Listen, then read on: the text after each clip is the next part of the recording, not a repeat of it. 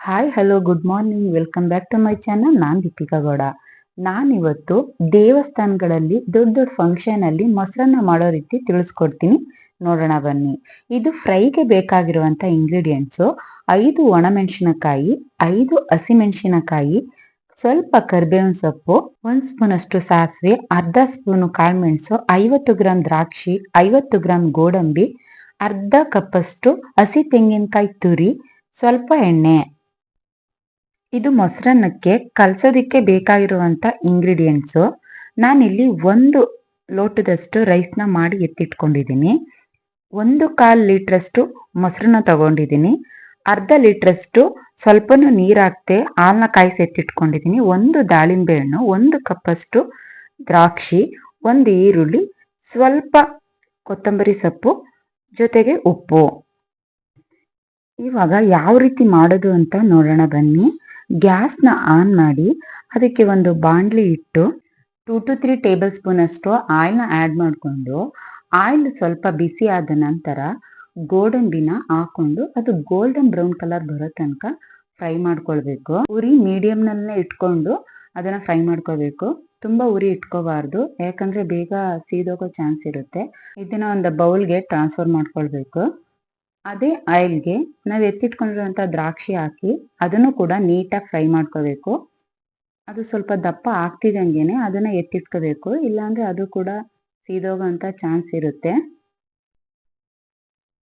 Next ಅದೇ ಬಾಣಲಿನ ತಗೊಂಡು fresh ಆಯಿಲ್ನ use ಮಾಡ್ತಾ ಇದ್ದೀನಿ. ನಾನು ಗೋಡಂಬಿ ದ್ರಾಕ್ಷಿ ಹುರಿದಿರೋ ಅಂಥ ಆಯಿಲ್ನ ಯೂಸ್ ಮಾಡ್ತಾ ಇಲ್ಲ. ಇದಕ್ಕೆ 2 to 3 ಟೇಬಲ್ ಸ್ಪೂನ್ ಅಷ್ಟು ಆಯಿಲ್ನ ಆ್ಯಡ್ ಮಾಡಿಕೊಂಡು, ಆಯಿಲ್ ಬಿಸಿ ಆದ ನಂತರ 2 ಟೇಬಲ್ ಸ್ಪೂನ್ ಅಷ್ಟು ಕಡಲೆಬೇಳೆನ ಆ್ಯಡ್ ಮಾಡ್ಕೋಬೇಕು. ನಾನು ಇಂಗ್ರೀಡಿಯೆಂಟ್ಸಲ್ಲಿ ಹೇಳ್ಬೇಕಾದ್ರೆ ಮರ್ತಿದ್ದೀನಿ, ಹಾಗಾಗಿ ಮೀಡಿಯಮ್ ಉರಿನಲ್ಲಿ ಇದು ಸ್ವಲ್ಪ ಬ್ರೌನ್ ಕಲರ್ ಬರೋ ರೀತಿ ಫ್ರೈನ ಮಾಡಿಕೊಂಡು ಅದಕ್ಕೇನೆ ಸಾಸಿವೆ ಹಾಗೂ ಕಾಳು ಮೆಣಸನ್ನ ಆ್ಯಡ್ ಮಾಡಿಕೊಂಡು ಅದನ್ನು ಕೂಡ ಸ್ವಲ್ಪ ಫ್ರೈ ಮಾಡ್ಕೋಬೇಕು.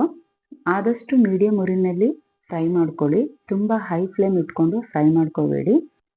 ಇದು ಸ್ವಲ್ಪ ಫ್ರೈ ಆದ ನಂತರ ಒಣಮೆಣಸಿನಕಾಯಿ ಮತ್ತು ಹಸಿಮೆಣ್ಸಿನ್ಕಾಯಿನ ಹಾಕ್ಕೊಂಡು ಫ್ರೈ ಮಾಡ್ಕೋಬೇಕು. ಹಸಿಮೆಣ್ಸಿನ್ಕಾಯಿ ಹಾಕಬೇಕಾದ್ರೆ ಅದರಲ್ಲಿ ನೀರಂಶ ಇರುತ್ತೆ, ಸಿಡಿಯೋ ಚಾನ್ಸ್ ಇರುತ್ತೆ, ಸ್ವಲ್ಪ ಹುಷಾರಾಗಿ ನೋಡಿ ಹಾಕ್ಕೊಳ್ಳಿ. ಅದಕ್ಕೇನೆ ಕರಿಬೇವು ಸೊಪ್ಪನ್ನು ಹಾಕ್ಕೊಂಡು ನೀಟಾಗಿ ಫ್ರೈ ಮಾಡ್ಕೋಬೇಕು.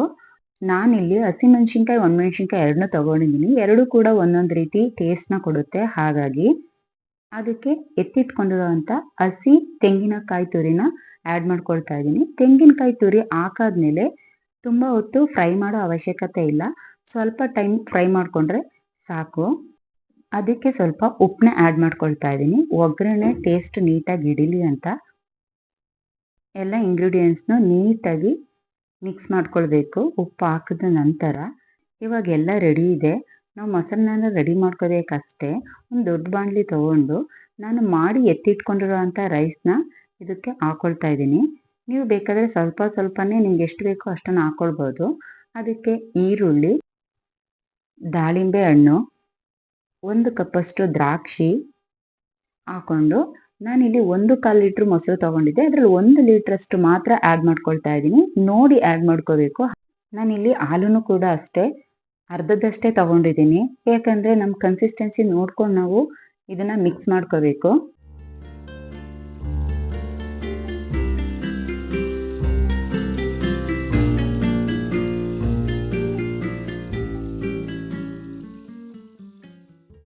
ಎಲ್ಲ ನೀಟಾಗಿ ಮಿಕ್ಸ್ ಆದಮೇಲೆ ನಾವು ಹುರಿದು ಎತ್ತಿಟ್ಕೊಂಡಿರುವಂಥ ದ್ರಾಕ್ಷಿ, ಗೋಡಂಬಿ ಮತ್ತು ಮೊಸರನ್ನಕ್ಕೆ ಒಗ್ಗರಣೆ ಮಾಡಿಟ್ಕೊಂಡಿದ್ವಲ್ಲ ಅದನ್ನು ಆ್ಯಡ್ ಮಾಡಿಕೊಂಡು ನೀಟಾಗಿ ಮಿಕ್ಸ್ ಮಾಡ್ಕೋಬೇಕು. ಇಲ್ಲಿ ಒಗ್ಗರಣೆದು ಸ್ವಲ್ಪ ಉಳಿದಿದೆ ಬಾಣಲಿನಲ್ಲೇ, ಹಾಗಾಗಿ ನಾನು ಹಾಲನ್ನ ಸ್ವಲ್ಪ ಆ್ಯಡ್ ಮಾಡಿಕೊಂಡು ಅದನ್ನು ಮಿಕ್ಸ್ ಮಾಡಿ ಅದಕ್ಕೆ ಆ್ಯಡ್ ಮಾಡ್ಕೊಳ್ತಾ ಇದ್ದೀನಿ. ಈ ರೀತಿ ಕನ್ಸಿಸ್ಟೆನ್ಸಿ ಇದ್ದರೆ ಸಾಕು.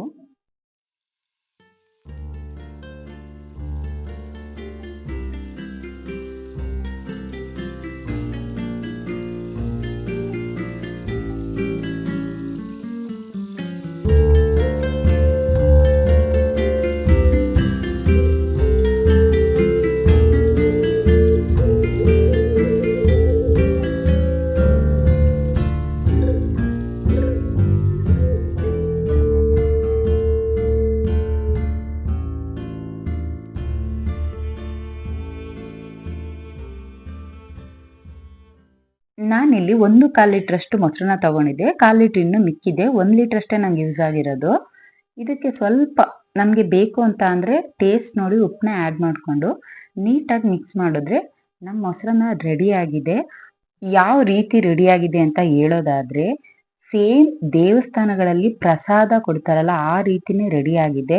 ಇದೇ ಕನ್ಸಿಸ್ಟೆನ್ಸಿ ಇದ್ರೆ ಸಾಕು. ತುಂಬಾ ತೆಳುನೂ ಬೇಡ, ತುಂಬಾ ಮಂದನೂ ಬೇಡ. ನೋಡಿದ್ರಲ್ಲ ನಾನು ಯಾವ ರೀತಿ ಮೊಸರನ್ನ ಮಾಡಿದೆ ಅಂತ. ನಿಮಗೂ ಇದೇ ಟೇಸ್ಟ್ ಬರಬೇಕು ಅಂತ ಅಂದರೆ ನಾನು ಯಾವ ರೀತಿ ಮಾಡಿದ್ದೀನೋ ಅದೇ ಥರ ಇಂಗ್ರೀಡಿಯೆಂಟ್ಸ್ ಹಾಕಿ ನೀವು ಕೂಡ ಒಮ್ಮೆ ಟ್ರೈ ಮಾಡಿ. ಯಾವ ರೀತಿ ಬಂತು ಅಂತ ಕಮೆಂಟ್ ಸೆಕ್ಷನಲ್ಲಿ ಕಮೆಂಟ್ಸ್ ಮಾಡಿ. ನೆಕ್ಸ್ಟ್ ನಾನೊಂದು ಒಳ್ಳೆ ವಿಡಿಯೋ ಜೊತೆ ನಾನು ನಿಮ್ಮನ್ನ ಭೇಟಿ ಆಗ್ತೀನಿ. ಜೈ ಹಿಂದ್, ಜೈ ಕರ್ನಾಟಕ ಮಾತೆ.